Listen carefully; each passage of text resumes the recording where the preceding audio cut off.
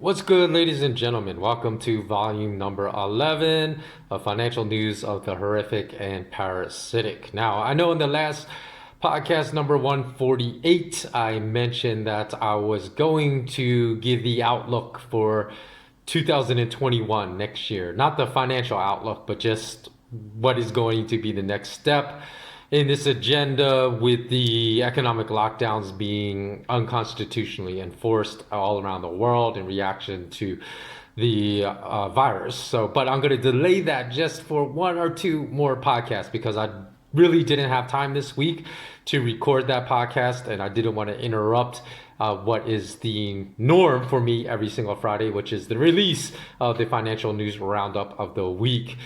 So let's get started. So if you're looking for podcast number 148, remember that one I only released on Podbean. So you can find it at skwealthacademy.podbean.com. And again, I'll put that link in the show notes below for those of you who don't know what Podbean is. And I also mentioned that I'm going to be uploading the audio only files of all my podcasts from this point forward on Podbean, Spotify, and iTunes. However, for iTunes, they take 7 to 10 days to make your podcast available once you register it. So on iTunes, if you're searching for the SK Wealth Academy 3 C's podcast, because on Spotify, iTunes, and Podbean, my podcast has a slightly different name, just not called the SK Wealth Academy podcast, but the SK Wealth Academy 3 C's, as in Charlie, podcast. Then you will be able to find that in about another 7 to 10 days on Apple iTunes. So let's get started. So one point I want to re-emphasize that I've covered in recent SK Wealth Academy podcasts is how our belief system about news items is completely colored by the source of our news. Now, the reason why I disagree with so many Americans about news events, even though I'm American, and I'll give you a prime example. For example, I believe the alleged gas attacks committed by President Assad in Douma, Syria were a false flag, meaning that the evidence overwhelmingly suggests that the attacks were staged and not real. However, most Americans believe the exact opposite of what I believe. They believe that the chemical gas attacks were real, that Assad's a monster for gassing his own people, and that his regime should be overthrown by the US military. I also don't think Kamala Harris, who is the vice presidential candidate under the Biden ticket, is a wonderful choice for vice president just because she's a multi-ethnic woman of color. But many people of color in America believe that she's a wonderful choice just for those reasons. She's a female, and she's multi-ethnic. And again, a part of the reason why my opinions differ so much is because my judgment or morality comes from an assessment of each individual event or institution, regardless of what the mass media platform system is presenting that certain person, event, or institution within their binary model of news. So again, many times choices are presented to us within this binary transhumanist model of better or worse, and they're framed deliberately by the mass media that way because you have to understand that many of the billionaire owners of mass media are transhumanists. So they would say, hey, don't waste your vote by writing in a candidate that's immensely better than either Trump or Biden, because you're just wasting your vote if you believe that voting for the best possible candidate in any presidential election is going to make a difference. They say you're wasting your vote. That is complete garbage and nonsense, that narrative. Instead, every person should be encouraged to vote for exactly who they believe would best serve the nation's people in any election, not just the US election, because if everyone voted this way across the world, then perhaps the candidate that had been completely blackballed by the political crooks in power would actually capture 8%, 9%, or 10% of the vote, which guess what that would do? That would, even though they would lose, most likely, that would compel the politician that won to pay attention to this constituency while in office, which are typically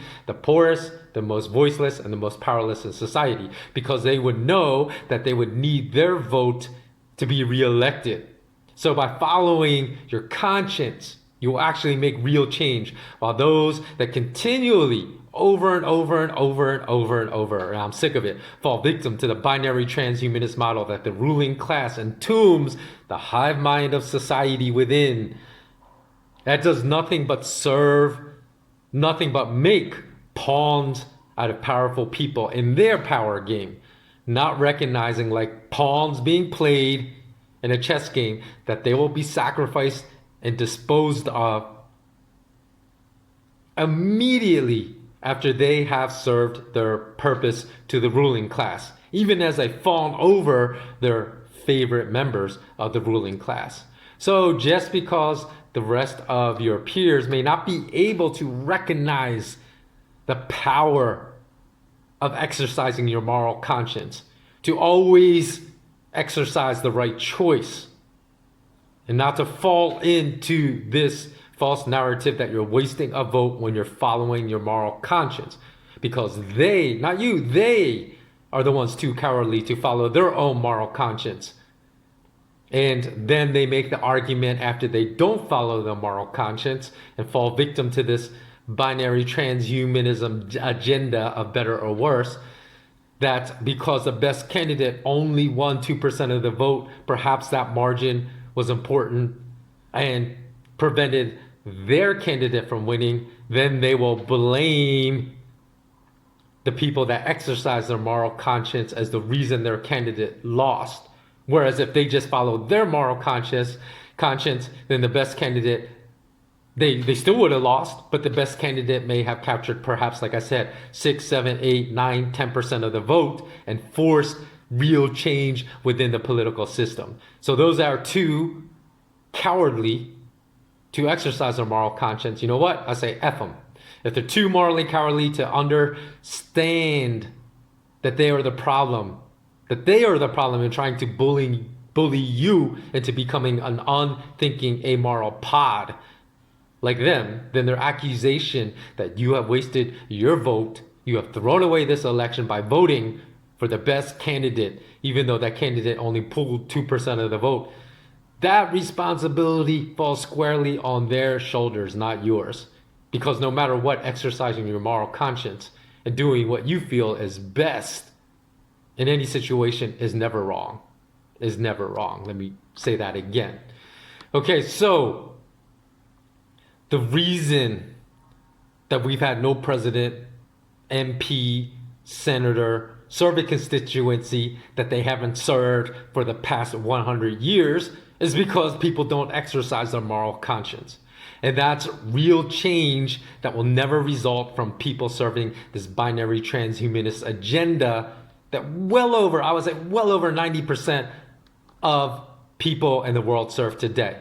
So furthermore, the other reason I definitely am nearly always at odds with any issue that deals with morality and exercising your moral conscience with most people, not just Americans, but with most people.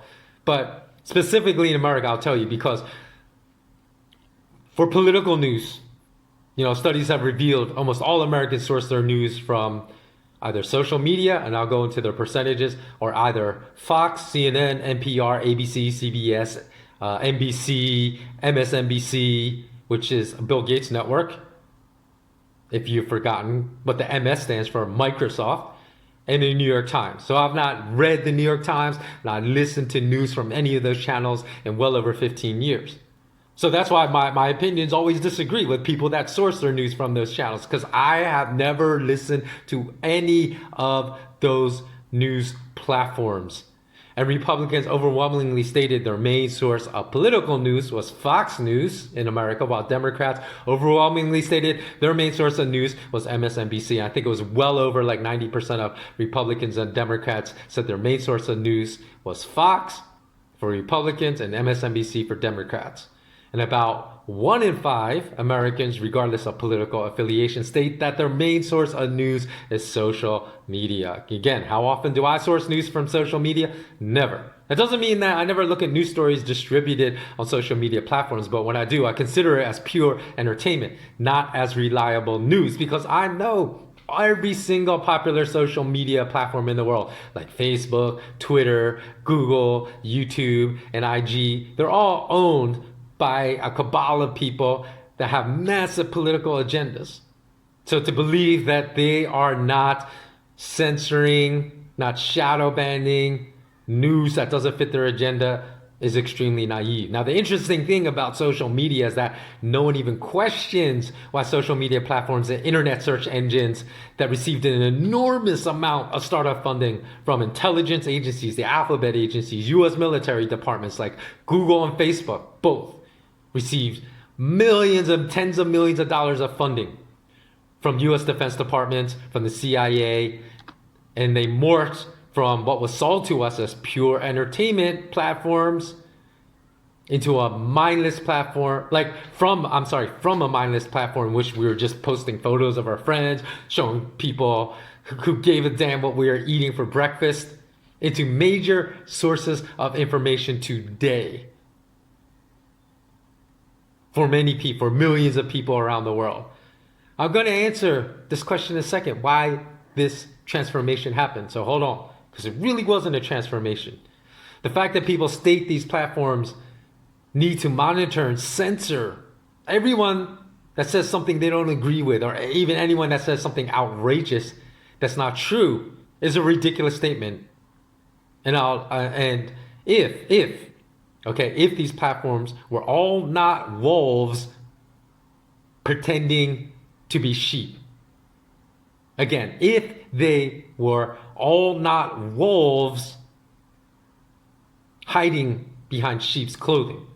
Because think about that label that's even attached to these platforms. What's it called? It's not called news media. It's not called information media. What is it called? It's called social media. So think about that. By the very label they gave us, just like US Federal Reserve to trick us into believing back in the 1900s, early 1900s, that this bank was going to serve the interests of the people, because back then the government was much more trusted among the people and the bankers were distrusted. They pretended, again, they were wolf in sheep's clothing, pretending they were an entity, a corporation that was going to serve the interests of the people, when they're only looking to serve the interests of the wealthiest upper tier and 1% of Americans from the jump, from the time they were founded in 1913. Same thing with these social media platforms. So, to say people should be censored for saying crazy stuff on platforms that were sold to us as pure entertainment platforms. It's like saying anytime you're out in a bar having a drink with your friends and you hear somebody say something crazy in a conversation, that you should go over to them, restrain them, and then slap a muzzle on them to shut them up so no one else has to listen to their crazy talk in a bar. Right? If you saw that happen, actually, anytime someone said something outrageous in a bar, that there are these thought police that came over and did that, you would say, that is insane. But that's exactly what people are screaming needs to be done on these social media platforms that are supposedly just entertainment platforms. So if everyone understood, no one should source their news from the Google internet search engine. I'm so sick of people that say, oh, I don't know if it's true, Google it. Like they believe Google is search results are fair and unbiased. It's a complete joke. And they think YouTube, Facebook. Because remember, Google owns YouTube, Facebook owns Instagram, Facebook owns WhatsApp. If they think the results provided by these social media platforms are fair, accurate, and unbiased, man, do they have another thing coming. Because their very funding sources and close affiliations to this day that they maintain have always been the US Defense Department and alphabet intelligence agencies.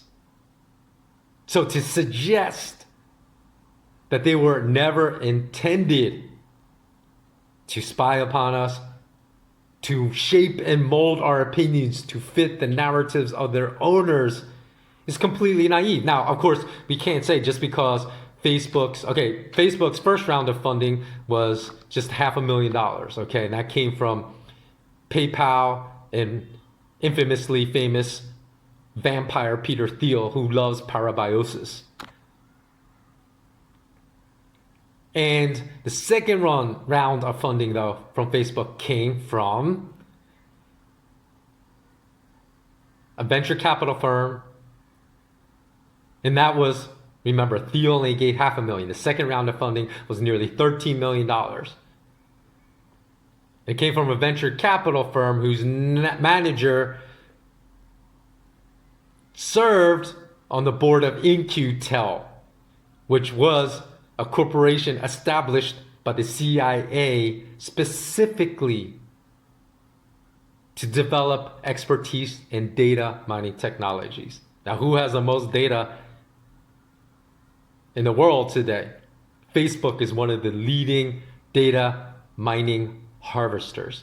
So again, if you think all the data you upload on Facebook isn't being funneled into intelligence agencies and believe there's no connection, I know there's no direct proof this is happening, but the fact that one of the companies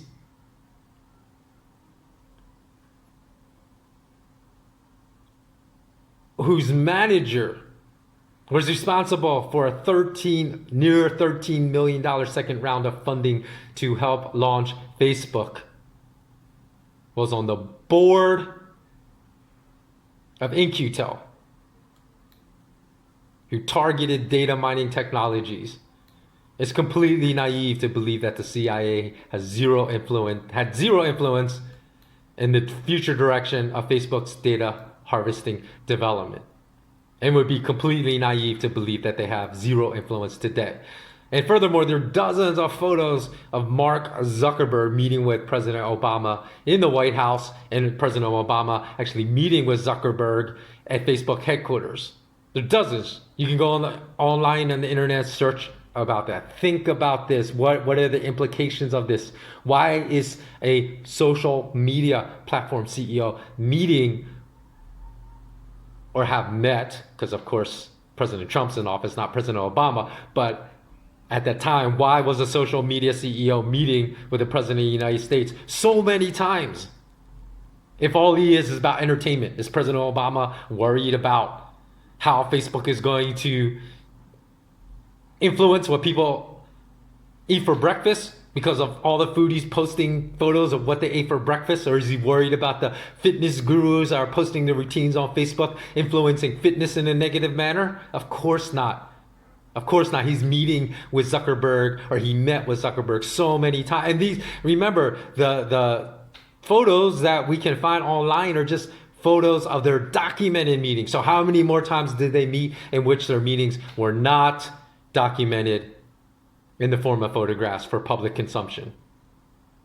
And I know that there are documented photographs, and there's the funny thing, okay? So nobody had any complaints about Obama meeting with Zuckerberg, but when Trump met with Zuckerberg, and I believe there's only one documented photo, then the media went on this rant saying, oh, there's a secret meeting with Trump between Facebook because Trump is trying to influence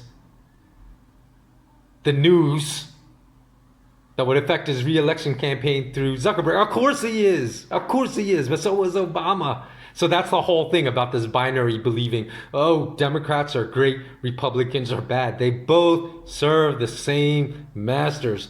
Real change is not going to come out of selecting a politician from the cesspool of politicians that have existed forever, like Biden and Kamala Harris. That's not going to make any change. And I don't care if people say, oh, well, they're better than Trump.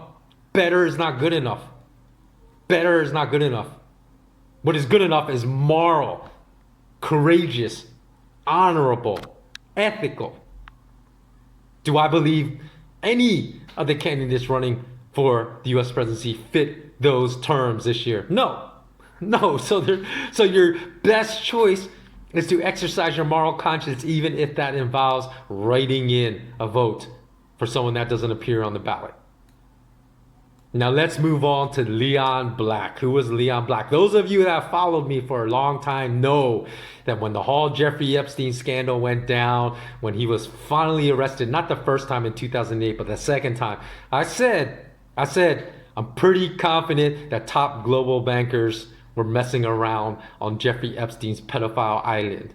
And I said the reason I said that was because I had heard all these rumors circulating when I was working for private banking and private wealth management division of one of the largest global banks in the entire world. I'd always heard these rumors that the top global bankers were pedophiles. Okay? And then nothing came out, right? All that came out, the most prominent, of course, was like Bill Clinton and then Prince Andrew of the royal family of the UK. And so I didn't know if anything was going to come out about that. But the reason I said that was because I heard all these rumors about individuals in my office that I later discovered to be true. So usually when there's smoke, there's fire. And I heard so many rumors that top bankers in this world were a bunch of pedophiles. So I assumed that there was some meat and substance to those rumors, that they wasn't entirely 100% smoke. Now, of course, the first thing that came out was Jess Staley, right? Head of private banking at JP Morgan. He met with Jeffrey Epstein when Jeffrey Epstein was under house arrest after being a convicted pedophile. And I know people say, oh, he really wasn't a convicted pedophile. He was only accused of soliciting sex from an underage prostitute. And there's so many things wrong with that accusation because he was brought up on charges of child sex trafficking. But Alex Acosta, who is a former labor secretary, but who was the attorney general in Florida at the time, was the one that gave him that deal, that sweetheart plea bargain, because he was arrested for sex trafficking of children. But Acosta, in Acosta's own words, he said, I was told Epstein was untouchable, not to put him in prison. So he gave him that reduced charge, which was a vile reduced charge because they actually called a victim, a child victim of Jeffrey Epstein's sex trafficking ring, a prostitute, in order to deflect blame off of Jeffrey Epstein onto the victim. Now, Leon Black was the latest, and he was a big name on Wall Street. Because when I was working in the industry, everybody knew his name, as well as Bernie Madoff. I would say between Bernie Madoff and Leon Black, those are the two biggest names on Wall Street. Well known amongst all financial industry employees.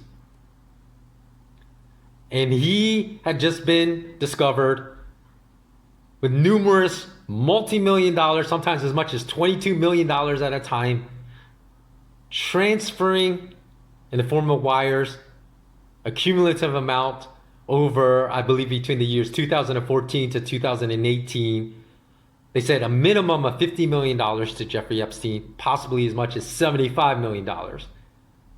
And guess what? Unsurprisingly, Leon Black has no good explanation for wiring all that money to Jeffrey Epstein, although it began shortly after Leon Black visited Pedophile Island. So, what did Leon Black say as his explanation for all those payments to Jeffrey Epstein?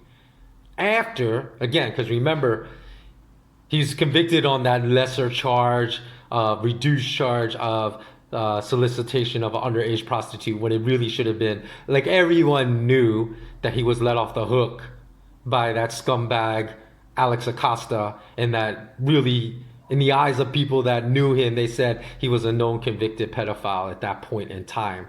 And Leon Black still chose to do business with him, still appointed him as to the board of one of his charities. And we all know that people like Bill Gates, people like the Clinton Foundation, they all hide very dark activities under the cover of charities. So I'm wondering What Jeffrey Epstein did is a board member of one of Leon Black's charities. Okay, so this is the explanation that Leon Black gave for his wires of 50 to up to $75 million to Jeffrey Epstein. He said that this was payments for, quote, personal trust and estate planning advice, as well as family office philanthropy and investment services, end quote.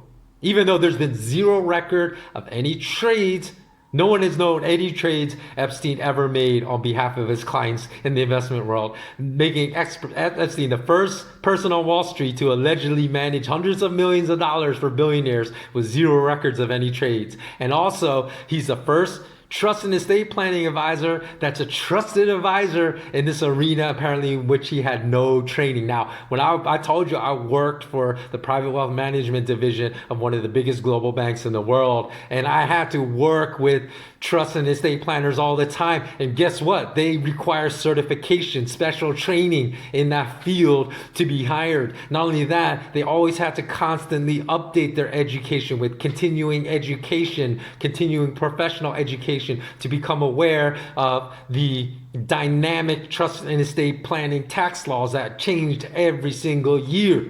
But yet, Leon Black trusted this guy with his trust and estate planning, even though he allegedly had zero training. That makes sense. So, again, what was Leon Black really paying Epstein for? I'm not saying Leon Black was paying Epstein to have sex with underage children, because there's no proof of that. But I'm just saying that the explanations he have given have almost zero credibility. So if it's not that, then what is he trying to hide? So what else do I want to say here about this? And oh, by the way, these payments from Leon Epstein to Jeffrey Epstein, which I told you, sometimes payments that exceeded even $22 million in a single wire transaction, that was only discovered through these FinCEN leaks, because these investigators, FinCEN is a financial crimes enforcement network, they were pouring through all the SARS reports, suspicious activity reports of Deutsche Bank, and then came across these massive transactions, massive multi-million dollar wires from Leon Black to Jeffrey Epstein, and asked Jeffrey Epstein to explain what these payments were for. And he just said, consultations. So my question is, did these consultations involve underage girls or underage children, really? Because you have to remember, Leon Black kept this very close relationship in which he dined with Epstein all the time, had meetings with him all the time, just like Bill Gates did. After it was well known that Epstein was running a child sex trafficking ring. So what kind of scum of the earth, like Bill Gates and like Leon Black, would continue to do business with this guy, continue to meet with him, go to his New York apartment and meet with him late into the wee hours of the night, when everybody in his circle knew he was running a child sex trafficking ring? At least Harvard had the decency to cut off accepting any further multi-million dollar donations from Epstein after Epstein was convicted in 2008. Although apparently that was not a problem with Leon Black, not a problem with Bill Gates, not a problem with former US Treasury Secretary Larry Summers, not a problem with all these people that run around in these uber wealthy circles.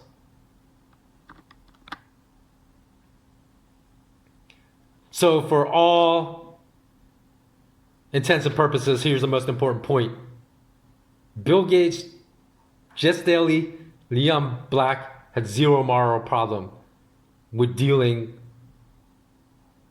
with a known child sex trafficker.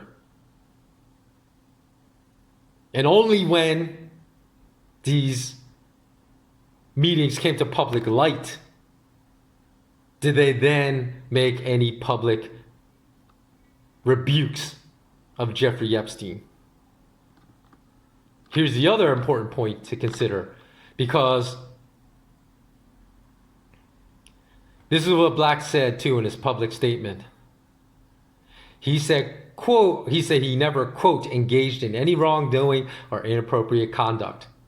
You know what that language, you may not know, but I know. You know what that language is remarkably similar to? It's remarkably similar to an eerily almost exact same language that I used to read in emails that showed up in my inbox when I was still working for Citigroup's private wealth management division from Citigroup, then Citigroup CEO Sandy Weil.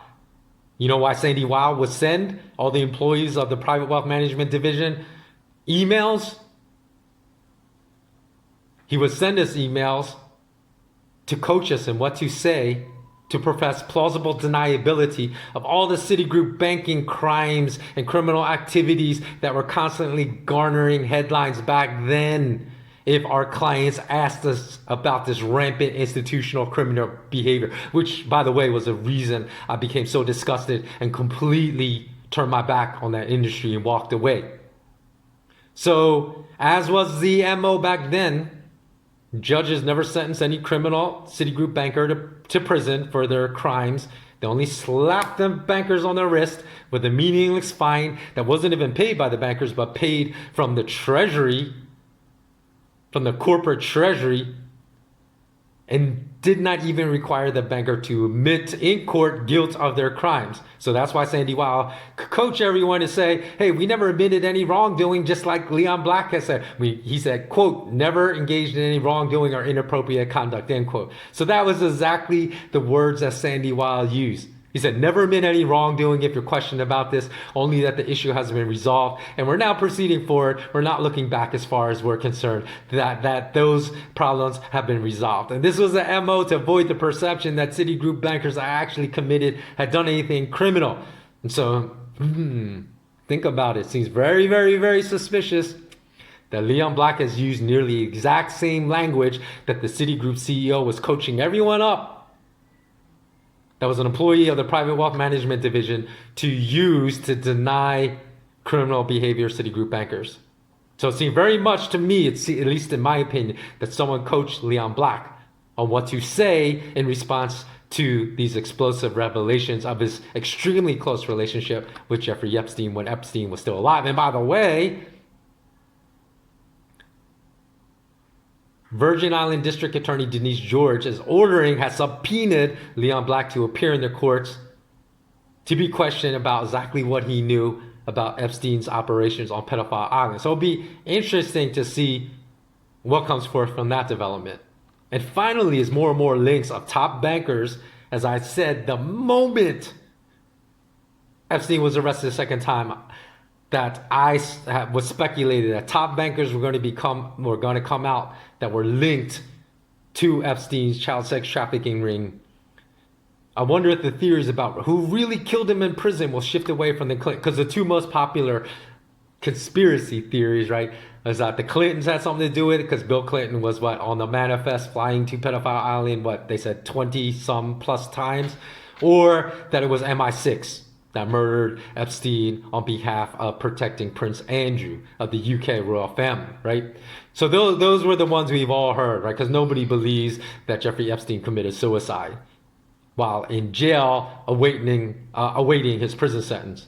But people forgot the dozens of bankers that allegedly suicided themselves under very, very extremely flimsy and suspicious circumstances during the 2008 global financial crisis, because there are high-profile bankers around the world that were dying left and right, and the cause of their death was given as suicides, even when there's clear CCTV footage that they were more likely murdered. Even when law enforcement authorities in those nations were given that CCTV footage, they said there was no suspicious activity going on. One was David Rossi. You can look him up if you want, because there's actually CCTV footage on YouTube of his murder. And two people came to check on him after he was shoved out of a window of the oldest bank in Italy, Monte dei Paschi di Siena. So the fact that The law enforcement authorities in Italy said there was nothing questionable about his death. It was suicide. It's laughable because two people in the CCTV footage, probably two thugs hired by the bankers, came to check on Rossi to make sure he was dead. They never tried to help him. They never even called for emergency services to attend him. Another very suspicious, questionable alleged suicide involved JP Morgan at the London headquarters, because 39-year-old at the time JP Morgan banker Gabriel McGee, they said he committed suicide by jumping off the rooftop of the JP Morgan headquarters building in London. And guess what? That rooftop is uber secure. So nobody even questioned, how did he gain access to this rooftop that's supposed to be impossible to gain access to? How did he do that? To jump and commit suicide. And then why did he? There's so many questionable circumstances. His girlfriend mentioned he also called her hours before he allegedly jumped and committed suicide to plan to go to dinner later that evening. Who that is that depressed they're going to commit suicide calls and plans dinner with their girlfriend? And then thirdly, which is the most repugnant of all, Gabriel McGee's parents said nobody at JP Morgan had the decency to call them, to inform them that their son was dead while at work. So this is not something like, he committed suicide jumping off another building. He jumped off a JP Morgan building, allegedly, right? And nobody at JP Morgan had the decency to call them. His parents horrifically had to find out about their son's murder, because it's most likely a murder, now suicide, even though, again, the British police said there's no suspicious circumstances surrounding this very questionable suicide, that they horrifically had to find out about it on the news, because nobody at JP Morgan had the moral decency to call them before they heard about it on the news. And these are only two of dozens of very high-profile bankers that have very suspicious suicides. So the question is, who really murdered Epstein? I think it very definitely could have been bankers, not necessarily MI6 or not Clinton thugs. And in fact, the very fact that Ghislaine Maxwell was free for months after Epstein was arrested, and she was a well-known recruiter for his child sex trafficking ring. And the fact that Sarah Kellen, another person fingered by Epstein's victims as playing a key role in that ring, has still not been arrested, points to the fact that law enforcement agencies, along with the banking industry, are both rotten to the very core. Now in the US, I want to discuss Speaker of the House Nancy Pelosi, because she has been blocking much needed economic stimulus packages to tens of millions of Americans that are in dire need of receiving this income, because they have been basically, their financial livelihoods and means to earn income have been destroyed through these lockdowns that have been enforced all over the United States as a absurd reaction to the virus. Now, she made an appearance on late night TV in front of her kitchen in front of two $12,000 refrigerators. That's right, she spent $24,000 on just refrigerators. And she showed off her ice cream supply inside her refrigerator full of $50 a pint ice cream. And then she later had the audacity to say, I understand the plight of Americans suffering. I understand the 30 to 50% of American renters in all 50 states in the US that said they have no money to pay rent. Some that have not paid rent for months, so are living in fear of being evicted. And now we have life imitating art. Because if you've never seen that movie 99 Homes with Andrew Garfield, in which Andrew Garfield played an evicted American during the 2008 global financial crisis that went to work for a firm that made big bucks evicting other people from their homes. So he imposed the same fate on other people that was imposed upon him, not because he wanted to do it, but because it was the only way he can make money and feed his family. Landlords in America today, it seems like they're almost copying that movie 99 Homes, have resorted to the same tactics, because now they're deploying or employing the services of this corporation called Civi, the equivalent of bounty hunters in the eviction game that's been described as the Uber of eviction, to pay big money to Civi to deliver eviction notices and evict Americans out of their homes because they don't want to deal, right, with that mess. So in any event, the political game that's being played to delay the $1.8 trillion stimulus package to Americans is disgusting, and it will not happen until after the election is over. But this is nothing new, because allegedly back in 1980, Ronald Reagan worked with the Rockefellers at Chase Manhattan Bank to ensure that 66 U.S. hostages in the U.S. Embassy in Tehran, Iran, would not gain their freedom before the election. A move that would, of course, would have helped incumbent U.S. President Jimmy Carter's re-election bid at that time. So while there's no proof that he negotiated a deal with the Iranian government to ensure the hostages would not be released until after the presidential election, there is proof, because back then that was dismissed as the rantings of lunatic conspiracy theorists as normal, because the truth is always covered up by saying, oh, that's the rantings of lunatic conspiracy theorists.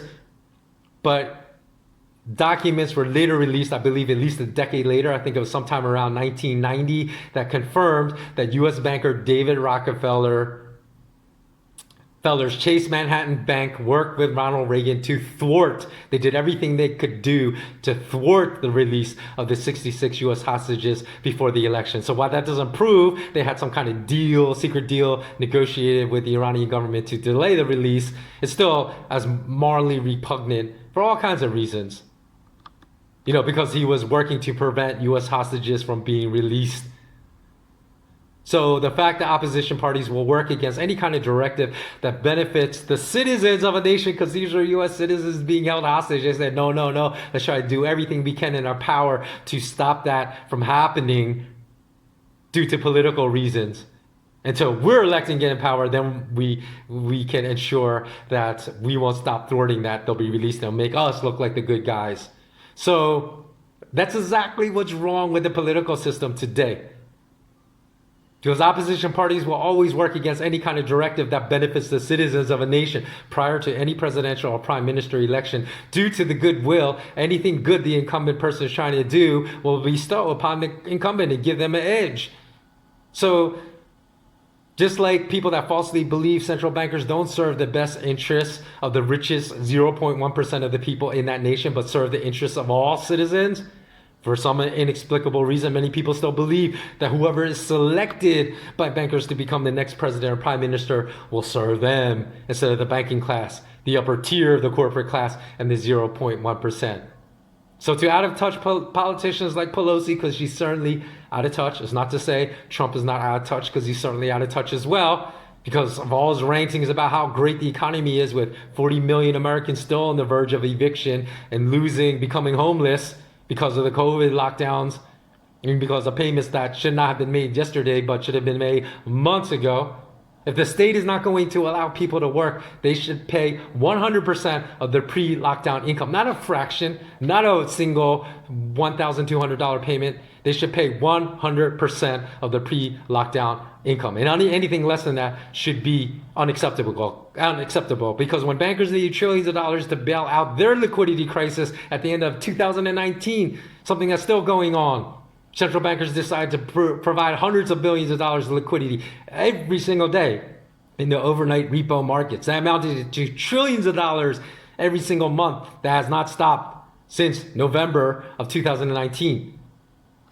Where is Nancy Pelosi to protest this? The $1 trillion bailouts to the biggest bankers in America and the richest class in America. Where was she? Completely silent. But yet she is on record earlier this year saying she can't advocate for the approval of $250 million of bailouts for U.S. citizens that are only in these dire economic situations, not because they don't want to work, because they have been forced by politicians exactly like her from working. And that's why I say F all the politicians. We need to stop being so naive to believe that electing another one that comes from the same recycled cesspool of political candidates is going to bring positive change to the people. And that wraps up volume number 11 of financial news so horrific and parasitic. Please do comment below. Please do like and share this particular podcast with everyone you know if you believe that this edition contains any important news that people should know before the US elections. Thanks so much for watching. Stay strong. As always, remain intensely curious. So long.